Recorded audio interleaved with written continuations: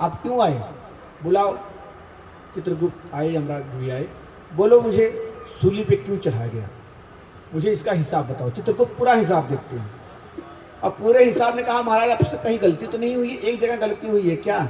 बचपन में आप कीड़े को सुई से कोच कोच कर मारते थे। कीड़े को सुई से कोच कोच कर मारा है, इसलिए आपको सूली पे चढ़ाया। मांडू मुनि ने कहा गलत, एक गलत है। बालक का अपराध क्षौम में होता है, अबोध बालक होते हैं। एक शास्त्र में कहाँ लिखा हुआ है उस अपराध की गणना होती है, मैं इसको नहीं मानूंगा।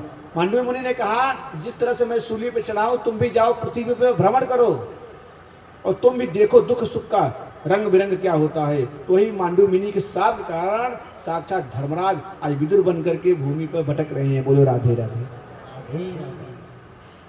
तो मैत्रेय मुनि ने कहा आप मुझसे पूछ रहे हैं महाराज?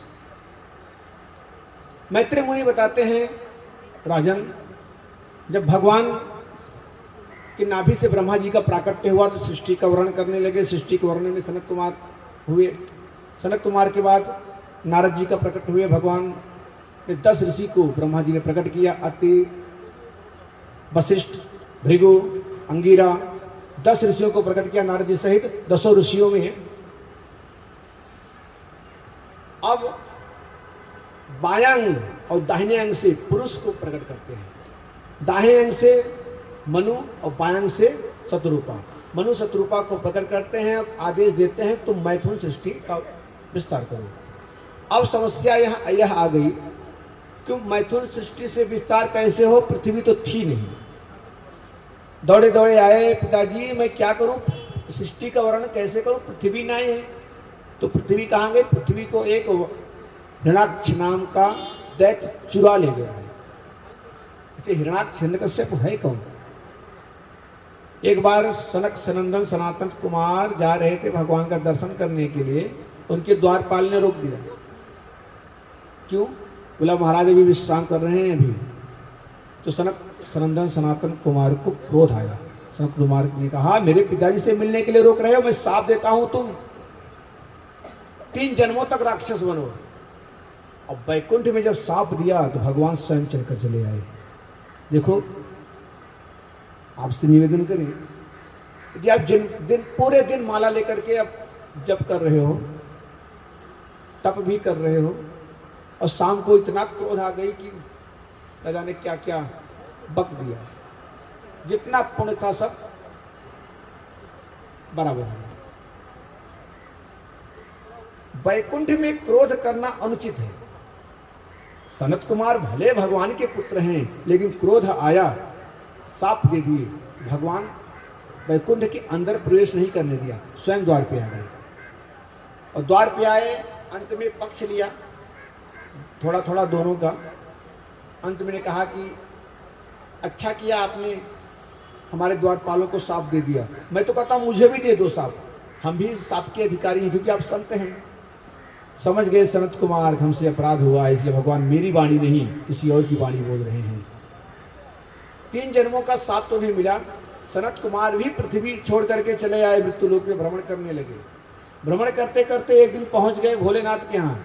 और उस समय ऐसा था, माँ पार्वती कहती हैं भोलेनाथ से कि आपके पास समय नहीं मिलता, जब देखो तपस्या करते साधना करते पड़े रहते हो, अरे कभी घर गृहस्थी के लिए भी समय निकाला करो। तो भोलेनाथ कहते देवी चलो आज का दिन तुम्हारे लिए, बोल। इतने पहुंच गए सनत कुमार, मैया प्रणाम। भगवती को बुरा लग गया, आज तो समय मिला, इतने बबे लोग आ गए, अब क्या बात परिहास होगी। तुम भगवती साफ देती, तुम जब देखो तब तुम लोग चले जाते हो, ऊँट की तरह मुंह उठाए जाओ, ऊँट बन जाओ। जब माँ भगवती साफ दे दी, यह दृश्य भूतनाथ से भोलेनाथ से रहा नहीं गया। भोलेनाथ ने कुछ नहीं बोला और सनत कुमार चले गए। भगवान ने कहा देवी भगवान का कोई अपराध करता है भगवान सह सकते हैं, लेकिन उनके भक्तों का कोई अपराध करता है भगवान सहन नहीं करते। इसका आप सबके पास प्रमाण भी बहुत मिल सकता है। तो कोई भगवान का भक्त है, उसे कोई ताड़ना देता है, भगवान सहते नहीं। हमारे सामने बहुत ऐसा प्रमाण मिला है, लेकिन आप सबको कहें क्या, आप सब जो भक्त होंगे उन्हें महसूस स्वयं होगा। देवी तुमने ठीक नहीं किया। भगवती को भी लगा कि मुझसे गलती हो गई, अब इसका पश्चाताप करना चाहिए। भगवती आती हैं, कहती हैं, जब आकर देखते हैं हरिद्वार के सन्निकट चारों भैया ऊंट बने हरि शरणम हरि शरणम हरि शरणम करते। भगवती को जब देखा चारों भैया तो अपनी गर्दन को लंबी किए और प्रणाम करते हैं, माँ प्रणाम। भगवती के नेत्र सजल हो गए। भगवती ने कहा, पुत्र मैं तुम्हें साप से मुक्त करती हूँ। नहीं नहीं मैया, मैं तो ठीक हूँ। देखो है तो भजन करना, चाहे मनुष्य तन में भजन करें या पशु तन में भजन करें, भजन तो करना ही है माँ, तो भजन करते हैं। अरे भोजन थोड़ा सा चाहिए तो हरे हरे चारे मिल जाते हैं, खा के हरि शरणम हरि शरणम हरि शरणम हरि शरणम। भगवती कहती है ना, अपने साप से मुक्त करती हैं। और फिर सनत कुमार अपने स्वस्थ शरीर में आते हैं और भजन करते हैं।